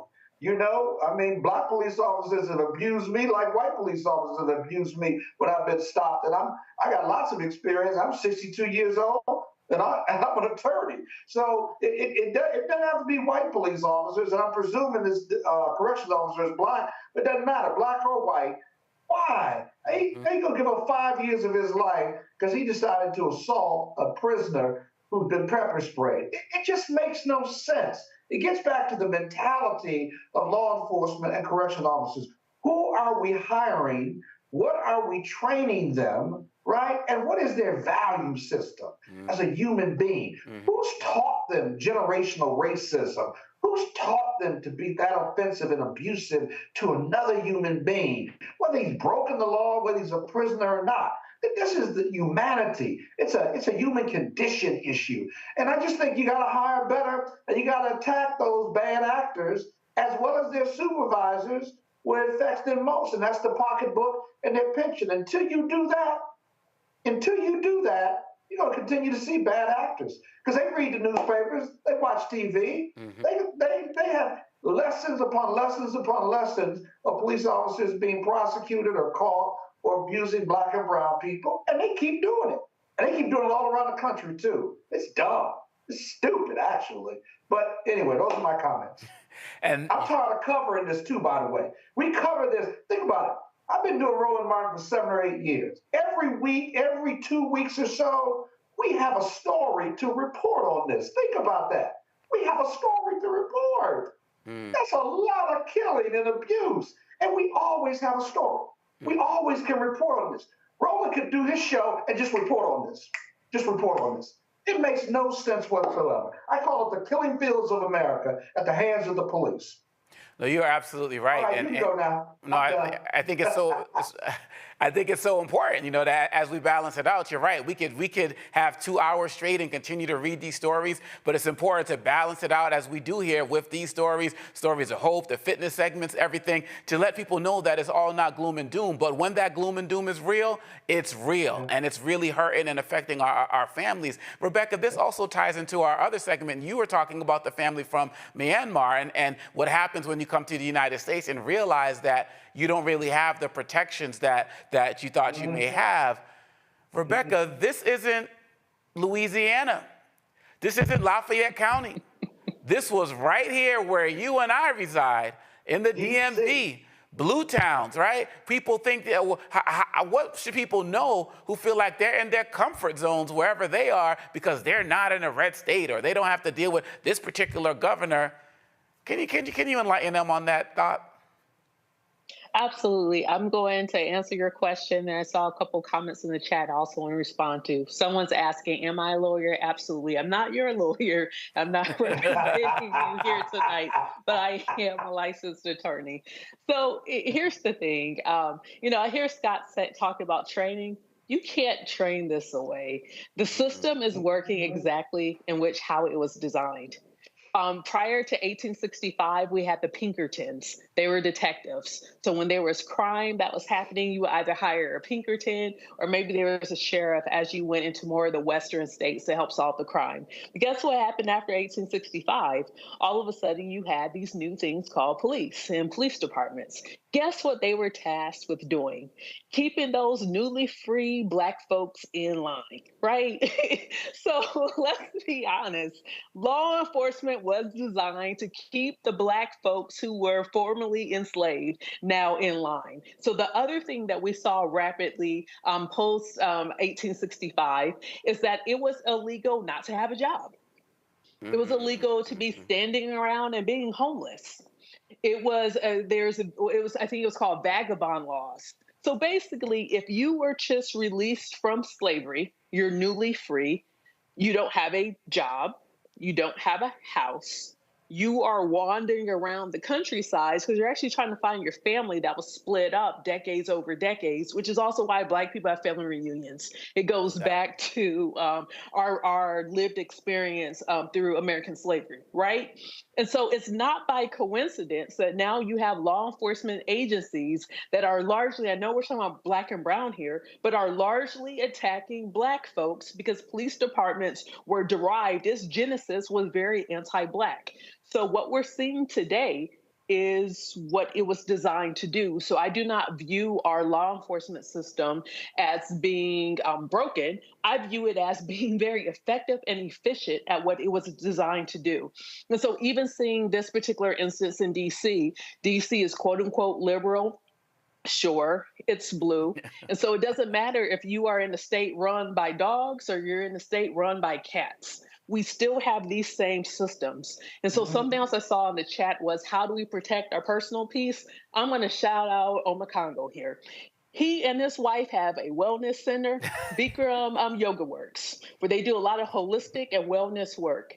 I go there in part for stress management. You know why? Because it's very tough. Like what Scott was saying, we could literally spend every unfiltered show talking about the hundreds and thousands of incidents of anti-Blackness at the hand of the state, at the hand of law enforcement in this country. One thing I do know, in order for us to survive this, keep our cortisol levels down, keep our stress management, we have to figure out ways in our Blackness to still have joy. We have to figure out ways how to survive and how to protect our peace and protect ourselves, even as we're covering these types of stories. So I'm just shouting out, if you're in the DC area, look up Bikram Yoga Works. It's very beneficial for your holistic and physical and mental well-being. Thank you for that unscripted shout out. And hey, y'all can come take class with me tomorrow, 12 to 1:30, Riverdale Park, Hot Pilates. Let's get it in. I teach twice a week. Come through. Well, and while you're talking about issues relating to accountability and what needs to be happening, let's look at a story that could actually give us an example of accountability. We have two Georgia college students. They've been awarded $2 million for being tased and detained during a 2020 protest. Tanaya Pilgrim and Messiah Young were arrested on May 30th, 2020 for a curfew violation. The curfew was in place following protests over George Floyd's death in Minneapolis. Pilgrim alleged the officers stormed their car, smashed the car windows, and physically assaulted them. A judge ruled the evidence in the case, which was investigated by the Georgia Bureau of Investigation, showed that the officers' use of force, including use of a taser, was because Young and Pilgrim refused to obey their commands. The two officers were fired after the incident, but later reinstated to the Atlanta Police Department. The officers never faced charges. So there's some accountability there, Scott, but not full, because you mentioned earlier they can go to another police department or, in this case, actually be rehired again, but there was financial compensation. How do you parse it? Well, civil justice is really the best way to approach these police brutality cases. The young brother from Morehouse, I'm an alumnus of Morehouse, the young sister from Spelman College, you can tell from the video, they got guns drawn on these kids. The kids didn't have any weapons or anything. How could they violated the curfew? They were in the car. You could see they were scared to death, in distress, because of the guns being drawn on them, and the police in military tactical gear pulling them out of the car. They weren't doing anything. And so here's again where you say, well, how do you de-escalate a situation like this? You can see her saying, stop, stop. They're trying to drag her out, but they're stressed out. The police are driving the escalation, and so they finally get them out. But if you were surrounded by police with guns and military tactics, they just broke his window, let me tell you, your stress level and your nervousness and your ability to focus on what their commands are is out of control because your brain is processing lots of information, confusing information, and threatening information. And your fear level is at the highest. And just look, they're tasing them. And the young brother who's driving, he has his hands on the wheel. He's keeping his hands up because he's had the conversation with his mom and dad. And let me tell you something. They deserve that $2 million. They better stay in school, though, because that $2 million is only going to go so far. True that. I mean, especially if inflation goes up and down, you never know what's going to happen. Rebecca, this kind of targets what you were talking about as it relates to the yoga and wellness space, right? But the mental state of Black people in this country. We have these conversations, and it sort of seems like we have this kind of low bar now where we say, well, at least they only got tased. At least they only got bit by the dogs. At least they only got shot in the leg, right? At least they didn't get shot. And that's supposed to make us feel better and uplifted. But all these scenarios are terrible. What are we supposed to be doing as it relates to working to change these narratives that so many of us have come to accept because this has become so commonplace in our communities? How do you see it? You know, we really got to push this government to do research on the impacts of racial stress.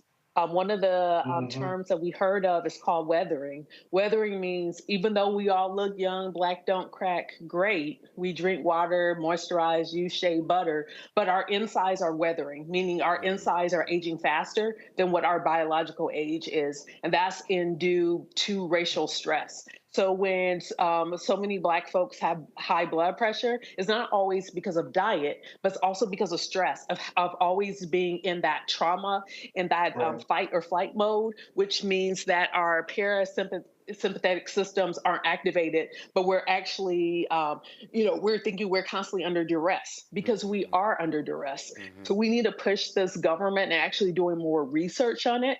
But also many folks here, I know there's some new folks tonight. I always talk about reparations, and in tier 1 of the reparations package needs to be a mental health package where we all get free for a lifetime quality mental health care through therapy and other therapeutic avenues.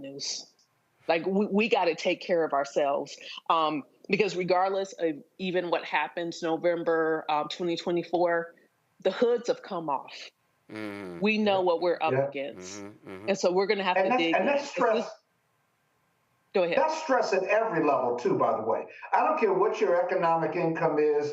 If you're Black, whether you're rich, poor, the lost, the least, the left out. Just last week, I can tell you right now, just last week, my alarm went off at 3 in the morning, right?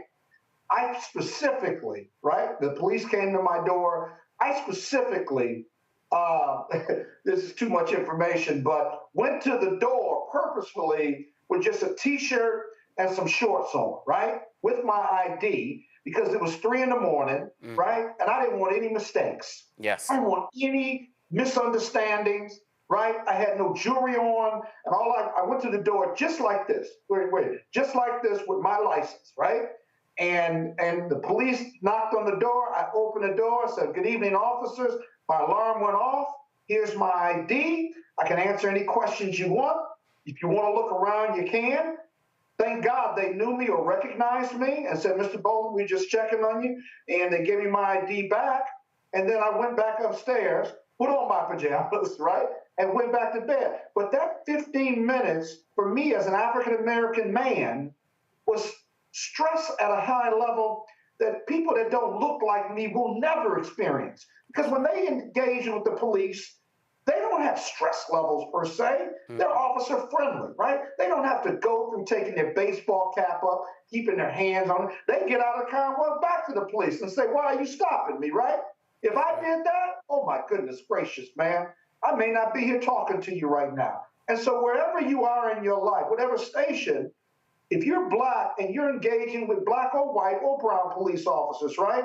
It's a heightened level of stress as a Black man, and Black women too, for that matter. It's heightened level that you will never get through until it's done.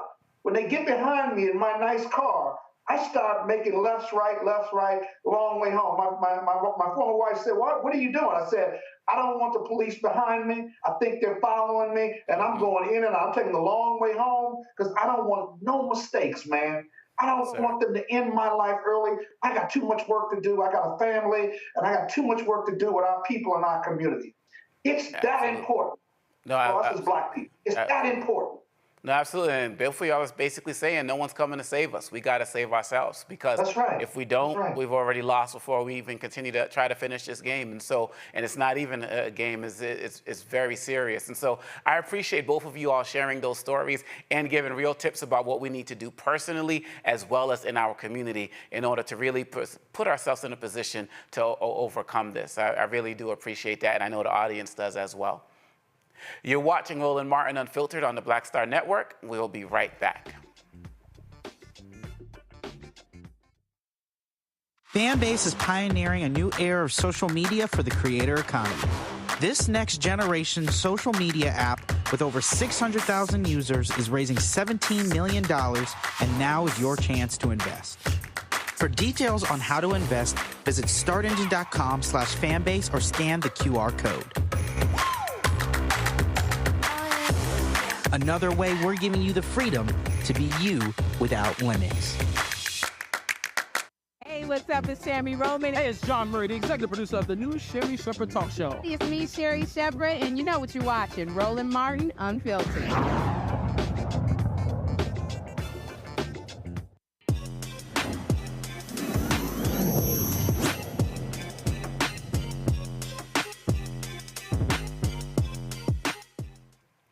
Fanbase founder Isaac Hayes III is here with some good news. They just crossed the $1.6 million raised mark. Isaac joins us from Atlanta. Isaac, how are you doing? Doing amazing. How are you doing? I am great. I'm so happy that you're here. I am an investor in Fanbase as well. Once I first saw you and Roland Martin talking about it, I immediately went in and put up some money. And please just let us know about this new milestone. Yeah, we just reached $1.6 million raised in our equity crowdfund. And to explain what equity crowdfunding is, it's just the opportunity for anybody that's watching or listening right now to actually have ownership and actually real shares in stock in Fanbase. And so we launched a $17 million round earlier this year. That's going to help us scale Fanbase to 1 million users. We're almost at 700,000 users. It'll help us scale past 1 million users. And we just reached $1.6 million. When we reach 1.7 million, we'll be at 10% of our goal.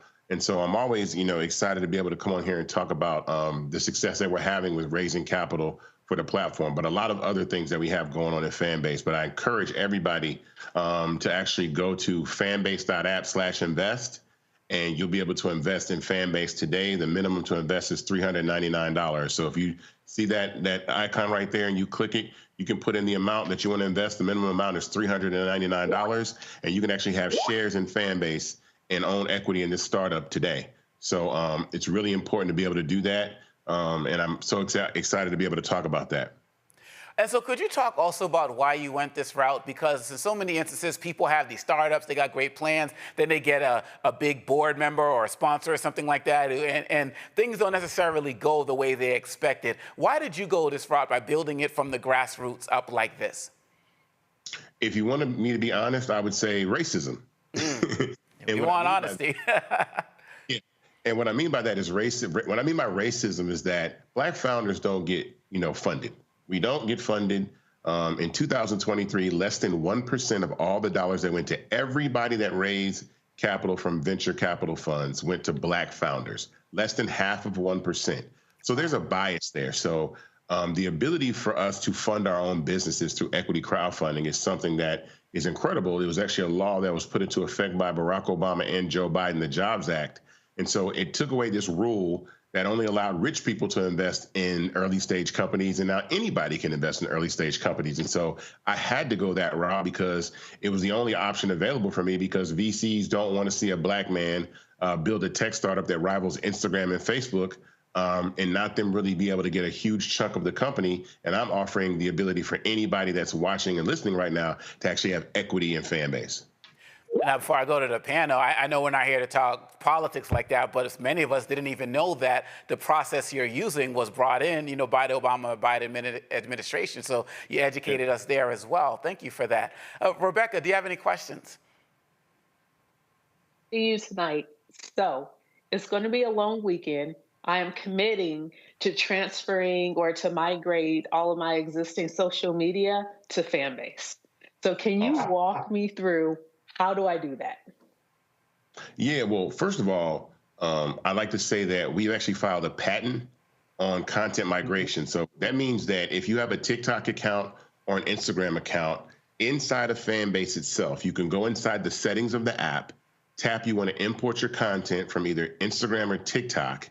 You take a link, this gray link, and copy it into your bio on Instagram where it says bio, save that there. Your page must be public, can't be a private page. You got to make your page public, and then come back to Fanbase and put your username in, and then decide whether you want to import just your content or your bio and profile picture, and then it moves everything over in about 3 or 4 minutes. And that was a patent that we filed because I wanted people to be able to start Fanbase with content, because part of Fanbase's genius is the fact that you can have followers, but you can also have subscribers, and people can tip you for your content. So imagine taking everything that you've had on Instagram or TikTok for the past 5, 6, 7, 10 years and putting it on a platform where people can actually tip you for that very same content.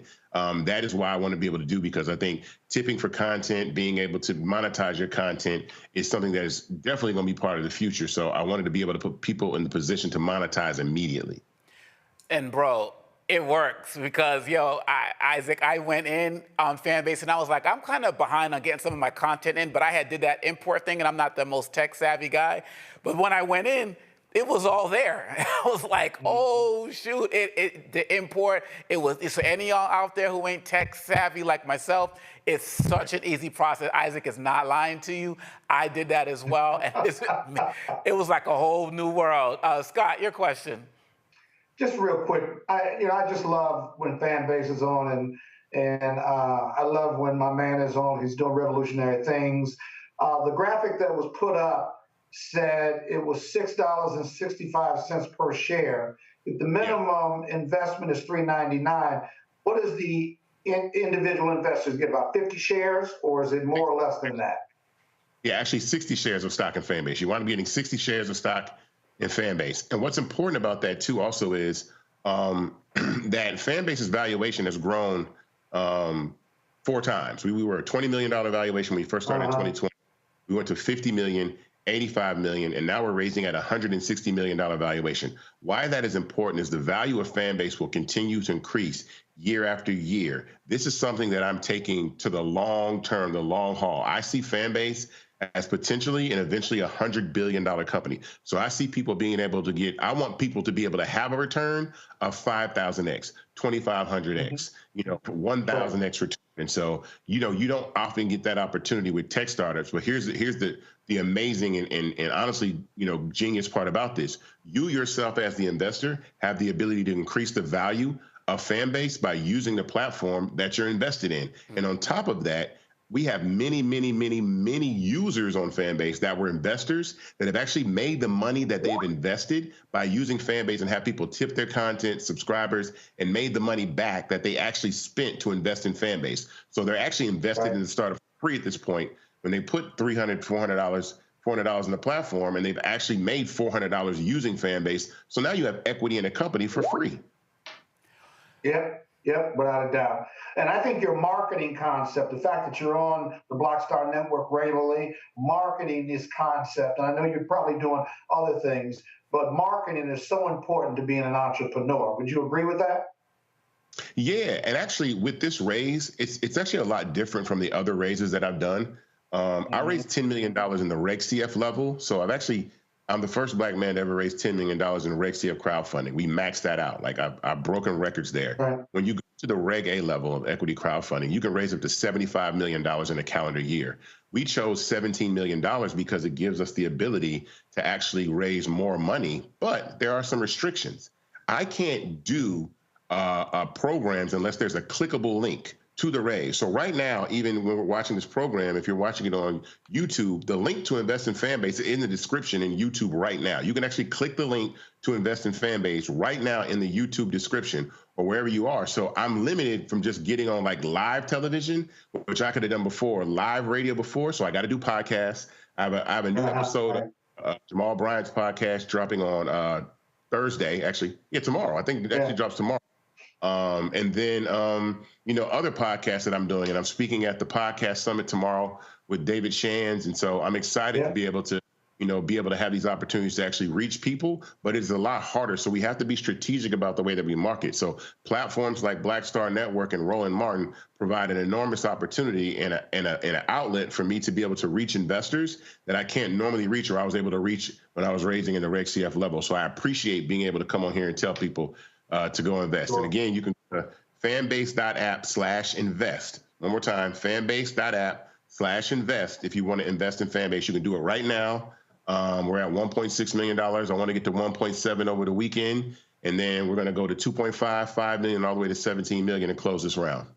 Well, Isaac Hayes III, I want to thank you not just for creating an incredible platform, but also for bringing us along with you, not being guarded about stuff, educating us about the whole process. Because quite honestly, I feel the ownership in this company, unlike any other social media platform I've ever been a part of. And so I really thank you for what you're doing, and I wish you continued success. And I absolutely believe we're going to hit that. And I said we, not you, because this is our platform. We are going to hit that 1.7 million over this weekend. Thank you so much for coming on. Absolutely. Thank you guys very much. No doubt. And that's going to do it for Roland Martin Unfiltered tonight. I want to thank A. Scott Bolden and Rebecca Carruthers for joining us tonight. And Roland is enjoying his trip in Ethiopia. We'll get some updates for that as well. Everyone enjoy your holiday and be safe as well. See you next time. Holla. Black Star Network is here. Oh, no punch! I'm real revolutionary right now. Thank you for being the voice of Black America. All momentum we have now, we have to keep this going. The video looks phenomenal. See, there's a difference between Black Star Network and Black-owned media and something like CNN. You can't be Black-owned media and be scared. It's time to be smart. Bring your eyeballs home. You dig?